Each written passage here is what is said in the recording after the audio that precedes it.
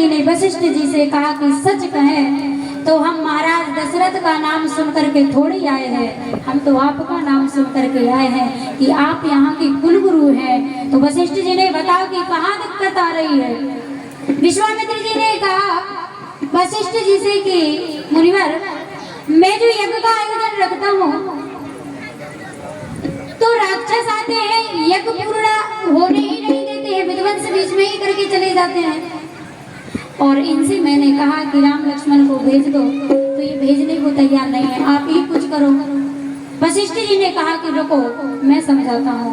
और वशिष्ठ जी ने महाराज दशरथ से कहा कि राजन एक बात बताओ, आपके पास कुछ समय पहले एक भी पुत्र नहीं था, आप रोते रोते मेरे द्वार पर आए थे कि प्रभु मुझे भी संतान चाहिए। और आप ये बताओ, आपके पास एक नहीं चार चार पुत्र किसकी कृपा से हुए हैं। महाराज दशरथ ने हाथ जोड़ करके कहा कि प्रभु हमारे यहाँ एक नहीं चार चार पुत्र केवल और केवल यज्ञ नारायण भगवान की कृपा से हुई है, क्योंकि यज्ञ नारायण भगवान की देन है। तो वशिष्ठ जी ने कहा कि एक बात बताओ, जिस यज्ञ ने आपको चार चार पुत्र दिए और आज उसी यज्ञ पर विपत्ति है, तो उस यज्ञ की रक्षा करने के लिए आप दो पुत्र नहीं दे सकते। पहली बात तो आपको चारों भेज देना चाहिए, क्योंकि देन उसी की है, देन उन्हीं की है, इसलिए संकोच क्यों करते हो, आप दोनों को भेज दीजिए। आज महाराज दशरथ ने हाथ जोड़ करके प्रणाम करके कहा ठीक है महाराज, अगर आपकी आज्ञा है तो राम और लक्ष्मण को मैं भेज देता हूँ। प्रणाम करते हुए विश्वामित्र जी से कहा कि ले तो जा रहे हो, लेकिन लौट करके कब आओगे। आज से ये समझ लीजिए कि आप ही इनके माता पिता हैं, आप ही इनकी रक्षा करना। विश्वामित्र जी ने कहा चिंता क्यों करते हो, हम है ना। और आज जैसे ही भगवान राम लक्ष्मण को लेकर के विश्वामित्र चले, रास्ते में ताड़का का उद्धार हुआ, क्योंकि हमें सीधे चलना है जनकपुर, हम कहीं रुकने वाले नहीं है। ये समझ लो कि ब्रेक फेल हो गया। बोल गोविंद भगवान की। राम और लक्ष्मण पहुंचे विश्वामित्र जी के यज्ञ के यहाँ, यज्ञ की रक्षा की। यज्ञ जब पूर्ण हुआ, महाराज विश्वामित्र के सामने राम ने हाथों को जोड़ा और कहा कि महाराज आपका यज्ञ तो पूरा हो गया, आज्ञा दो तो हम अयोध्या लौट करके जाएं।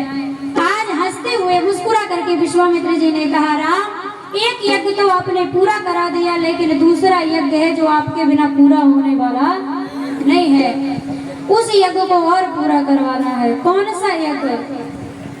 कि धनुष याग सुन रघुकुल नाथ, हरस चले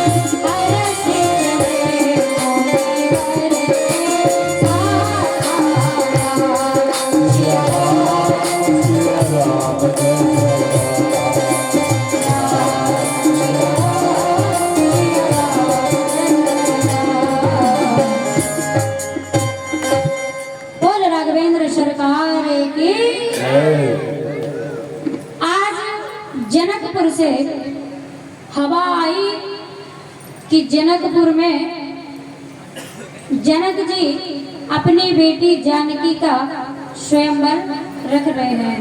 और आज विश्वामित्र जी ने कहा कि हमें निमंत्रण आया है, इसलिए राम आप हमारे साथ में चलो।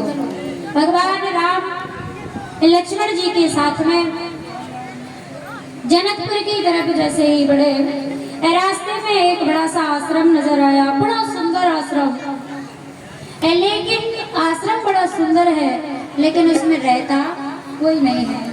लक्ष्मण जी ने कहा, भैया ये आश्रम इतना सुंदर है लेकिन यहाँ रहता कोई नहीं है, और देखो आश्रम के द्वार पर एक बड़ी सी शिला रखी हुई है। राम जी ने गुरु जी से पूछा, गुरु जी ये शिला क्यों रखी हुई है, और ये आश्रम इतना सुंदर है तो खाली क्यों पड़ा है, यहाँ तो पशु पक्षी भी नहीं है, ऐसा क्यों? तब विश्वामित्र जी ने कहा, ये अहिल्या है और इन्हें श्राप लगा हुआ है, इनके ही पति ने इन्हें पत्थर का बना दिया था, ये समझ लो कि ये पत्थर बन करके आपका ही इंतजार कर रही है, जाओ इनका उद्धार करो। लक्ष्मण जी ने कहा कि भैया जिसकी तरफ कोई नहीं देख रहा है उसकी तरफ आप क्यों जा रहे हो, आपको क्या लेना देना है, जैसे सबने नजरअंदाज कर दिया आप भी कर दो। राम ने कहा, यही तो मेरी खासियत है, जिसे दुनिया ठुकरा देती है उसे मैं अपना लेता हूँ। आज इन्हें सबने ठुकरा दिया, मैं थोड़ी ठुकराऊंगा। और आज अहिल्या का उद्धार करते हुए सीधे जनकपुर की ओर पहुंचे, और जनकपुर में जैसे ही पहुंचे जनक जी को पता चला सुंदर सी जगह एक वाटिका, वहां पर इन्हें ठहरा दिया गया। और जैसे ही गुरु जी के साथ में राम और लक्ष्मण जी रहते हैं, और आज रात का समय हुआ तो राम और लक्ष्मण का रोज का नियम था कि जब तक गुरुदेव के चरणों को ना दबा ले जब तक ये सोते नहीं थे, क्योंकि एक शिष्य के लिए, एक चेला के लिए, या फिर यूं कह लीजिए कि माता पिता की सेवा जिस घर में हो रही है, या यूं कह लीजिए पहले दिन बताया था ना कि एक पत्नी का कल्याण तब है जब पति के चरणों की सेवा हो।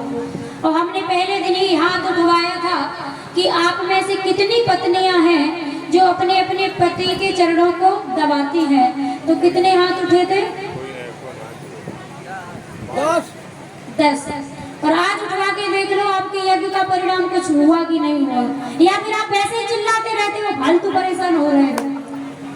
अगर यज्ञ होने के बाद बदलाव नहीं आया तो हम सब का परेशान होना बेकार ही तो है। हाथ उठवाओ जरा के।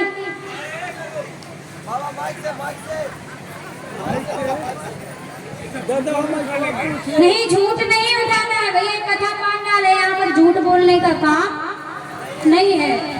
मैया अगर जे न उठाए हो न उठाओ, और जे उठाए रहो वही उठाओ। माता जी हरा के उठाए रहो, बताओ जल्दी। ये तो पूरा आदमी उठा लिए आज, ये हमारी पार्टी है ना।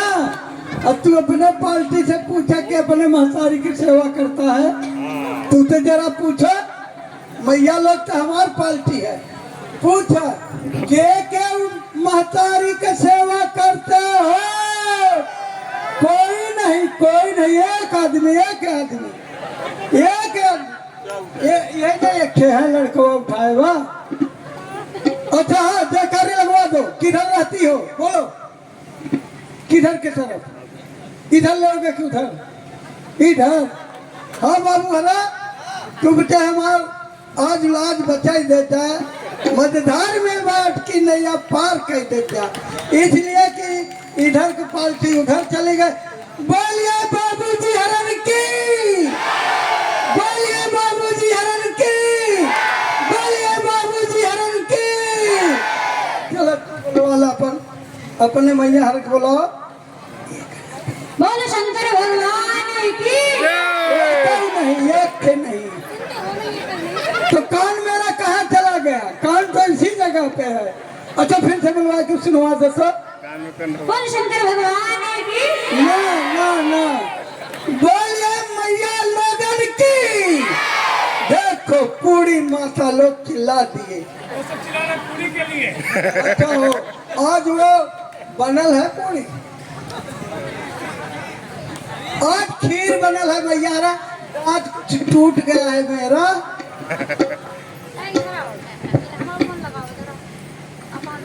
अरे इसको हटाओ, उल्टा लगाओ।